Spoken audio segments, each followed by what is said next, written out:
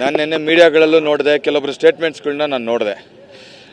ಅವ್ರಿಗೆ ಒಂದು ಮಾತು ಹೇಳಕ್ಕೆ ಇಷ್ಟಪಡ್ತೀನಿ, ಆ್ಯಸ್ ಎ ಲಾಯರಾಗಿ ಕೂಡ ಜವಾಬ್ದಾರಿಯುತವಾಗಿ ಮಾತಾಡಿ ಅಂತ. ಯಾಕೆಂದರೆ ನಾನು ಪಬ್ಲಿಕ್ಕಿಗೆ ಕೂಡ ಹೇಳೋದು ಒಂದೇ ಮಾತು, ಮೀಡಿಯಾದವ್ರ ಹತ್ರ ರಿಕ್ವೆಸ್ಟ್ ಮಾಡ್ಕೊಳ್ಳೋದು ಒಂದೇ ಮಾತು. ನನಗೆ ನಿನ್ನೆ ತನಕ ಒಂದು ಕ್ಲಾರಿಟಿ ಇರಲಿಲ್ಲ, ಇವತ್ತೊಂದು ಕ್ಲಾರಿಟಿ ಬಂದಿದೆ. ನಿಜ, ಒಬ್ಬ ಲಾಯರ್ ಆಗಿ ಏನೋ ನನ್ನ ಕ್ಲೈಂಟನ್ನು ಬಚಾವ್ ಮಾಡಬೇಕು ಆ ಥರ ಅಂದ್ಕೊಂಡು ನಾನು ಖಂಡಿತ ಹೇಳ್ತಾ ಇಲ್ಲ. ಸತ್ಯವಾಗಿ ಕೂಡ 1% ಕೂಡ ದರ್ಶನ್ ಅವ್ರಿಗೆ ಆ ಸಾವಿನ ಬಗ್ಗೆ 1% ಕೂಡ ಗೊತ್ತಿಲ್ಲ.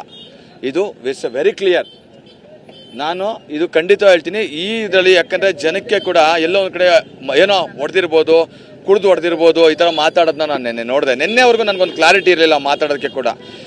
ಖಂಡಿತವಾಗಿಯೂ ಯಾರೋ ಮಾಡಿದ್ದನ್ನು, ಯಾರೋ ಆಗಿರ್ತಕ್ಕಂಥದ್ದನ್ನು ದರ್ಶನ್ ಅವರು ಈ ಸ್ಥಿತಿಗೆ ಬಂದು ನಿಂತಿರೋದು. ಆಮೇಲೆ ಏನಾಗುತ್ತೆ, ಕೆಲವೊಂದು ಸರ್ಕಮ್ಸ್ಟೆನ್ಸು, ಈಗ ನಾನು ಇಲ್ಲಿ ಬಂದು ಹೋಗಿದ್ದೀನಿ ಅಂದ ಮಾತ್ರಕ್ಕೆ ನಾನು ಸಮ್ಟೈಮ್ಸ್ ನಾನು ಏನೋ ಮಾಡಿರ್ಬೋದು ಅನ್ನೋ ಒಂದು ಆ ರೀತಿ ಒಂದು ಸಸ್ಪಿಷಿಯಸ್ಸಲ್ಲಿ ಆಗಿರ್ತಕ್ಕಂಥದ್ದು. ಬಟ್ ಖಂಡಿತವಾಗಿಯೂ ಅವನ್ನ ಸಾಯಿಸುವಂಥ ಮಟ್ಟಕ್ಕೆ ದರ್ಶನ್ ಹೋಗಿಲ್ಲ. ಆಮೇಲೆ ಅದು ಅವ್ರಿಗೆ ಗೊತ್ತಾಗಿರೋದೆ ಮೀಡಿಯಾಗಳಲ್ಲಿ, ಪೊಲೀಸ್ನವರು ಬಂದ ಮೇಲೆ.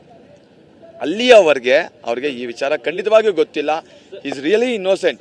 ಸರ್ ಇಲ್ಲಿ ಕೊಲೆ ಆದ ನಂತರದಲ್ಲಿ ಅವರ ಪಟಾಲಂ ಏನಿದ್ರು, ಅವ್ರ ಜೊತೆಗಿದ್ದಂಥವ್ರು ಏನಿದ್ದಾರೆ, ಅವ್ರು ಯಾರು ಫೋನ್ ಮಾಡಿ ಹೇಳಿದ್ರು, ಫೋನ್ ಮುಖಾಂತರವಾಗಿ ಮಾತುಕತೆ ನಡೆಸಿದ್ರು, ಈ ತರ ಆಗಿದೆ ಅಂತಕ್ಕಂಥ ಇನ್ಫಾರ್ಮೇಶನ್ ಇತ್ತಲ್ಲ ಮಿಡ್ ನೈಟ್.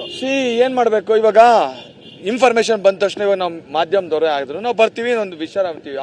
ಅವ್ರಿಗೆ ಅಕಸ್ಮಾತ್ ವಿಚಾರ ಗೊತ್ತಾದ್ರೆ it's none of my business. ನನಗೆ ಸಂಬಂಧ ಇಲ್ಲದ ಬಗ್ಗೆ ಅಲ್ಲಲ್ಲ, ನನಗೆ ಸಂಬಂಧ ಇಲ್ಲದ ಬಗ್ಗೆ ನಾವು ಯಾರು ತಲೆ ಕೆಡ್ಸ್ಕೊಳಕ್ಕಾಗಲ್ಲ. ಅವ್ರು ಹೇಳ್ತಾರೆ, ಅವ್ರಿಗೆ ನಾಲೆಡ್ಜ್ಗೆ ಆಮೇಲೆ ಹೋಗಿದೆ ಇನ್ಸಿಡೆಂಟ್ ನಡೆದ ಮೇಲೆ ಅಂತ ಹೇಳ್ತಾರೆ. ಬಟ್ ಅದಕ್ಕೆ ಯಾವುದು ದಾಖಲಾತಿಗಳು ಸಿಕ್ಕಿಲ್ಲ, ಇಲ್ಲ. ಯಾರೋ ಒಬ್ರು ಹೇಳಿರೋದು, ನಾವು ಅವ್ರಿಗೆ ತಿಳಿಸಿದೀವಿ ಅಂತ ಹೇಳಿದ್ದಾರೆ. ಅವ್ರು ಮಾಡಿದ್ದಾರೆ ಅಂತ ಯಾರೂ ಹೇಳಿಲ್ಲ. ಇವನ್ ಅಲ್ಲಿರೋ ಅಕ್ಯೂಸ್ಗಳು ಕೂಡ ಯಾರು ಆ ಥರ ದರ್ಶನ್ ಅವ್ರ ಇನ್ವಾಲ್ವ್ಮೆಂಟ್ ಇದೆ, ದರ್ಶನ್ ಅವ್ರು ಹೊಡೆದಿದ್ದಾರೆ, ದರ್ಶನ್ ಅವರಿಂದ ಸತ್ತಿದ್ದಾರೆ, ಖಂಡಿತವಾಗಿಯೂ ಇಲ್ಲ. ಇದು ಸತ್ಯ.